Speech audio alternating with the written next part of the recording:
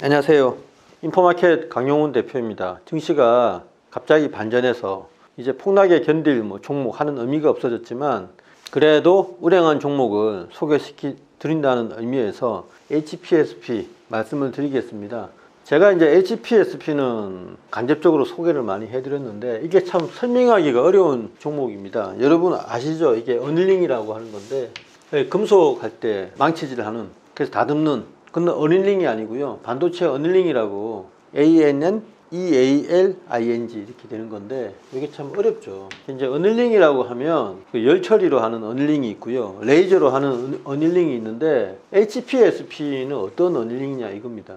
그래서 HPSP 홈페이지에 들어가 보면 계면의 특성, 계면이라는 건 이제 표면 말하는 건데, 경계면, 그 계면의 특성을 개선해서 전자의 어떤 속도를 증가시키는 그런 식으로 설명이 되어 있거든요.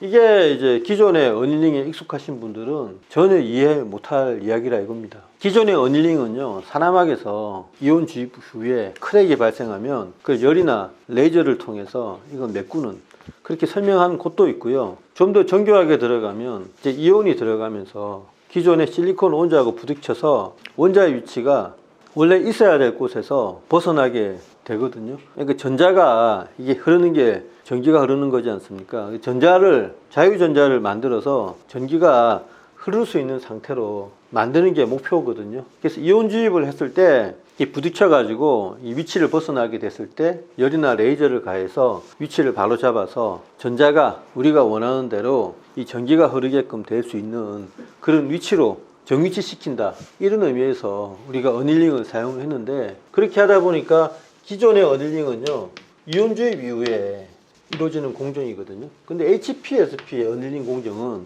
전혀 다른 의미에서 사용이 됩니다. 언제 사용되냐면요, 증착, 그러니까 사나막 형성, 이 두 가지 공정에 다 쓰이거든요. 지금은 증착에 많이 쓰이죠. HKMG 들어보셨잖아요. 그때 하이K 물질, 그게 이제 하프늄인데, 하프늄 절연막, 절연체 형성할 때 증착이라는 그 공정을 사용하거든요. 그때 하프늄 절연체를 형성하고 나서 바로 이 회사가 자랑하는 어닐링을 사용합니다. 그래서 이 회사의 어닐링은요, 포민가스 어닐링이라고 하고요, 더 전문적인 용어로 한다면 그 포민가스 어닐링이 일종인 고압수소 어닐링, 이렇게 표현을 합니다. 전혀 이오 테크닉스나 다른 회사의 어닐링과는 다른 거거든요. 그래서 많은 분들이 착각을 하고 계신데, 저도 이거를 어떻게 설명을 해야 될까 끙끙대다가 이번에 이제 끄집어내서 일반 영상으로 만들어 드리려고 합니다. 매출을 보면요, 너무 독보적인 기술이라서 지금 작년에 추정치가 1777억인데 22년 매출액이 1593억 밖에 하지 않거든요.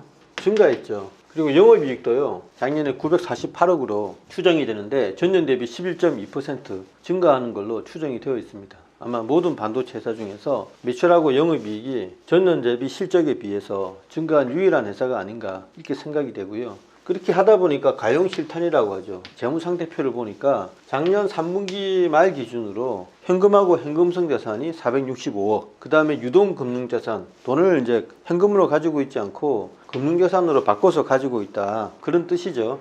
그게 1960억 원. 그리고 기타 유동자산이요, 한 100억 해서 다 해서 2500억 약간 못 미치는데, 저는 이렇게 현금화할 수 있는 거를 저는 가용실탄이라고 부르거든요. 그러니까 매출 채권 이런 것도 유동자산에 들어가 있는데, 그런 거 빼고 유동자산 내에서 이렇게 바로바로 현금화할 수 있는 이런 거를 저는 가용실탄이라고 합니다. 이런 게 2500억이다 이거죠. 어마어마하죠. 시총이 지금 4조 원을 넘기 때문에 어쨌든 4조 원의 한 6%를 현금으로 가지고 있다 이거예요. 세 번째가 독보적인 기술력을 가지고 있다고 제가 말씀을 드리는데요, 일본어는 레이저 테크 100% 점유율을 가지고 있다고 했잖아요. EUV 포토 마스크를 검사하는 장비에서. HPSP도요, 이 고압수소 어닐링에서 거의 100%를 시장 점유율을 자랑을 하고 있습니다. 이게 포민가스 어닐링에 대해서 좀 설명을 드려야 되는데, 이게 이제 간단히 설명을 드리면 사나막 가지고 설명을 드리겠습니다. 이게 이제 실리콘이라 그러면 이게 SI잖아요, 원자. 여기 산화를 시키는 거거든요. 한 1000도에서 산소를 반응을 시키면 산화막이 형성이 됩니다. 이렇게 산화막이 형성이 되죠. 사실은 이제 산화막은 요 위에 형성이 되는 게 아니고 실리콘 요 표면까지도 파고들어서 산화막이 형성이 되거든요. 산화막이니까 좀 빨간색으로 이렇게 이 부분이 이제 표면이 되는 거죠. 실리콘에. 나중에 이 부분에 전자가 이렇게 흐르게 되는 거거든요. 이 부분을 좀 더 확대를 해 보겠습니다. 여기 보면은 이제 이게 실리콘 원자다 이겁니다. 원자인데 산소를 이렇게 포집을 해서 산소 이렇게 두 개를 이렇게 잡았다 이거예요. 그래서 SiO2지 않습니까? 이게 표면에서 일어나는 일이거든요. 지금 산소를 잡았는데 요 놈만 좀 띨띨해 가지고 산소를 못 잡았다 이거예요. 그래서 산소를 못 잡아서 이렇게 구멍처럼 되어 있는 이런 거를 댕글링 본드라고 하거든요. 또 다른 말로는 서피스 트랩이라고 합니다. 트랩은 함정이라는 뜻이잖아요. 왜 함정이냐면 표면으로 전자가 흘러야 되는데 이런 댕글링 본드가 있으면 전자가 흐르지를 못하거든요. 가다가 막히고 가다가 막힙니다. 비유적으로 설명하면 도로가 만들어졌는데 도로가 이렇게 움푹움푹 파인 거예요. 그래서 도로 위를 전자가 자동차가 돼가지고 신나게 달려야 되는데 가다가 움푹 빠지는 그런 현상이 발생하면 어떻게 되겠어요? 자동차가 전진을 못할 것 아닙니까? 반도체는 전자가 빨리 달려야 속도도 빨라지고 반도체의 처리 속도가 좋아지는 건데 전자가 막히면 안 되잖아요. 그래서 이 댕글링 본드 문제가 심각하다 이거예요. 댕글링 본드를 해결하기 위해서 도입된 게 포민가스 어닐링이라고 하거든요. 어떻게 하느냐? 5%의 수소하고요 95%의 질소 요 두 개를 섞어서 화합가스를 만듭니다. 그래서 그걸 고열 상태에서 이렇게 해주면 여기 아까 실리콘 원자의 산소 대신에 이렇게 수소 원자가 포집이 되는 거예요. 결합이 되는 거예요. 그러면은 이게 폼이 메꿔지는 거거든요. 이런 식으로 처리를 해서 이 전자가 이렇게 원활하게 지나갈 수 있도록 해주는 겁니다. 이게 이제 포민가스 어닐링인데 이 산화막은요 댕글링 본드가 몇 개 안 돼요. 근데 언제 문제가 되냐면 산화막 다음에 새로 도입된 게 그 하프늄 막이잖아요. 이건 산화막이 아니고 정착을 통해서 만들어진 절연체이지 않습니까? 절연막이라고 하기도 하고 유전체라고 하기도 하고 온갖 이름으로 다 부르거든요. 어쨌든 산화막 대신에 도입된 거예요. 왜? 이게 미세화가 되니까 산화막으로는 전자가 이제 뚫고 들어가는 문제. 산화막을 얇게 만들어야 전자를 더 많이 포집을 해서 반도체 성능을 향상을 시킬 수가 있는데 그러다 보니까 전자가 막 누설이 되는 전류 누설 문제가 발생을 한다 이겁니다. 그래서 도입된 게 유전율이 높은 하프늄인데 하프늄을 도입해서 해보니까 그 문제는 해결되는데 다른 문제가 생기는 거예요. 그게 어떤 문제다? 댕글링 본드 문제가 더 심해지는 겁니다. 산화막에서 댕글링 본드가 한계가 있다고 그러면요 하프늄 막에서는요 무려 100개나 되는 그러니까 100배나 많은 댕글링 본드 문제가 생겨가지고 오히려 빨리 달려야 될 전자가 가다가 덜컹 이렇게 된다는 겁니다. 그렇게 하다 보니까 이 회사에서는 어떤 걸 했냐면 기존에 포민가스 어닐링보다 더 강력하게 아예 농도를 수소 농도를 100%로 올려서 그리고 질소는 안 쓰고요. 그 다음에 압력을 더 높이고 그리고 온도를요 더 낮출 수 있습니다. 이렇게 100% 높이고 온도를 한 250도에서 한 450도로 기존에는 굉장히 600도 이상의 고온이었거든요. 그래서 온도를 낮추고 압력을 높이고 수소 농도를 100% 이렇게 하는 고압 수소 어닐링을 개발해서 이 하프늄, 절연체 또는 유전막 요 위에 표면을 다듬은 거예요. 한마디로 흙을 퍼부어서 재포장을 하는 건데 미세 세계에서 흙 대신에 고압 수소를 사용했다는 겁니다. 그래서 여기 100%라고 그랬는데 여기에 수소도 쓰기도 하고요.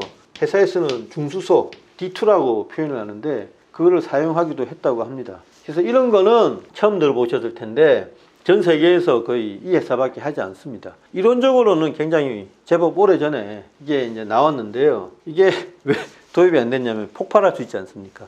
수소가 얼마나 위험한지 아시잖아요. 그래서 폭발할 수 있기 때문에 도입에 엄두를 안 냈는데 이 회사에서 계속 트라이얼 앤 에러를 통해서 안정성을 확보했다 이겁니다. 양산 기술을 개발을 해서 어디에 기술을 납품을 하고 있냐면 TSMC에 그 제품을 납품을 하고 있거든요. TSMC가 그걸 사용을 해주고 있으니까 이 회사는 세계적으로 기술을 인정받은 셈이 되죠. 이러다 보니까 포지셔닝도 독특합니다. 왜냐하면 국내 회사 생각해 보십시오. 이 회사가 지금 반도체 시총 4위거든요. 5위가 리노공업이고요. 3위가 한미반도체입니다. 굉장히 포지셔닝이 대기업의 울타리에서 차근차근 커왔던 그런 전형적인 반도체 회사의 성장 궤적하고는 다르다 이겁니다. 한마디로 삼성전자하고 SK 하이닉스의 영향력이 약화되는 어떤 하나의 좋은 예가 되겠죠. 그리고 대주주도요, 지분 구조를 보시면 일반적으로 개인이라든가 어떤 창업자가 아니고요. 대주주가요, 프레스토, 제주코, 사모투자 합자회사거든요. 두 번째 대주주가 한미반도체이지 않습니까? 이 크레센도라고 한국에 들어와 있는 이 사모펀드인데, 크레센도에서 이 풍산의 사업부를 인수를 해서 키운 거거든요. 크레센도의 자회사로 되어 있는 게 프레스토, 제주코, 사모투자 합자회사이라 이겁니다. 그러니까 실제적인 주주는 크레센도 펀드인데, 크레센도가 처음에 생길 때 미국의 유명한 투자자이죠. 피터 틸이 개입을 해 있지 않습니까? 그러니까 저희 추정으로는 이 지분 구조 상으로는 뭐 아까 합자회사 이렇게 되어 있지만 실제적으로 배경에는 피터 틸이 개입하고 있다 이겁니다. 이거는 이제 공식적으로는 밝혀지지 않았는데 비공식적으로 어쨌든 피터 틸이 뒤에는 개입을 하고 있다. 이게 저희 추정입니다. 그래서 지분 구조가 굉장히 특이하고요. 그래서 앞으로 어떻게 될 거냐? EUV를 도입할 정도로 미세 공정에서는 HKMG가 반드시 필수 공정이니까 반드시라고도 해도 좋을 만큼 이 제품이 쓰일 것 같고요. 그래서 시스템 쪽에서는 더욱더 확대될 것 같고, 미세 공정에서 지금 이제 D램이요 미세 공정화 되지 않습니까? 그걸 5세대 1B 공정이라고 하는데, SK 하이닉스가 작년에 1B 공정을 완성을 해서 인텔의 서버용 D램, 그러니까 DDR5겠죠. 그걸 납품을 했는데요. 올해는 LPDDR5X, 그게 이제 모바일 D램인데 요즘엔 서버로 쓰이지 않습니까? 제가 그거 엔비디아에서 슈퍼컴퓨터 할 때 언급을 드렸는데, SK 하이닉스 LPDDR5T에 HKMG를 도입한다고 하거든요. 근데 HKMG를 도입한다는 이야기는 결국에는 이 회사의 고압수소 어닐링을 써야 돼요. 또 HBM 공정에서 SK 하이닉스가 HKMG 이걸 또 도입을 한다고 되어 있는데, 그 말은 고압수소 어닐링이 HBM 시장에도 진출을 한다 이 말이거든요. 시장이 굉장히 확대가 되겠죠. 일부에서는 이 과정에서 SK 하이닉스나 삼성전자의 예스티의 고압수소 어닐링 장비가 진출할 것이다 라고 보지만 특허 문제가 지금 관련되어 있거든요. 그래서 HPSP는 굉장히 지금 불가능하다, 우리의 특허가 완벽하다라고 주장을 하고 있고, 예스티는 법원에서 우호적으로 판결이 내려질 거기 때문에 자사의 어떤 뭐 시장 진출이 충분하다고 이야기를 하고 있는데요. 저희는 이 피터 틸을 봐야 된다고 생각을 합니다. 피터 틸의 어떤 자금력이나 이런 것들이 우수하기 때문에 변호사 싸움에서 과연 이길 수 있을까 이렇게 생각을 하거든요. 어쨌든 HPSP는 일본의 레이저 테크하고 비견될 수 있는 한국의 굉장히 원천 기술을 가지고 있는 회사인데, 지금 독보적인 기술력을 설명하는 과정에서 고압수소 어닐링이 기존의 어닐링하고 전혀 다르고 댕글링 본드 문제를 해결하기 위한 획기적인 방식이니만큼 앞으로 어떤 법적인 어떤 잡음하고는 별도로 계속해서 성장을 할 수 있는 그런 아이템이다 이렇게 말씀을 드립니다. 그 말은 이제 불황에도 전혀 상관없이 계속해서 뻗어나갈 수 있다는 그런 이야기죠. 최근에 대표이사를 비롯해서 어떤 내부 임원들의 지분 매도가 계속 이어지고 있는데, 그거는 이야기를 들어보니까 회사 전체의 분위기는 약간 아메리칸식이라고 합니다. 그러니까 회사의 어떤 위치를 생각해서 임원들이 주식 매도를 늦추는 그런 게 아니고요. 엔비디아의 임원들이 주가 오를 때 팔듯이 그런 식이라고 하거든요. 그러니까 좀 다른 관점에서 회사를 바라볼 필요가 있을 것 같습니다. 대주주의 지분 매도 이런 것보다는 전체적으로 댕글링 본드 문제를 해결하는 고압수소 어닐링의 기술력에 더 우리가 천착해서 봐야 되지 않나 그런 말씀을 드립니다. 네, 감사합니다.